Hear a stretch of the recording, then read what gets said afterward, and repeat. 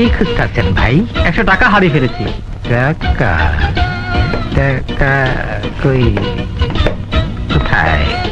হ্যাঁ, নাই নাই, মনে হয় বাসায় রেখেছি। হ্যাঁ তাই তাই।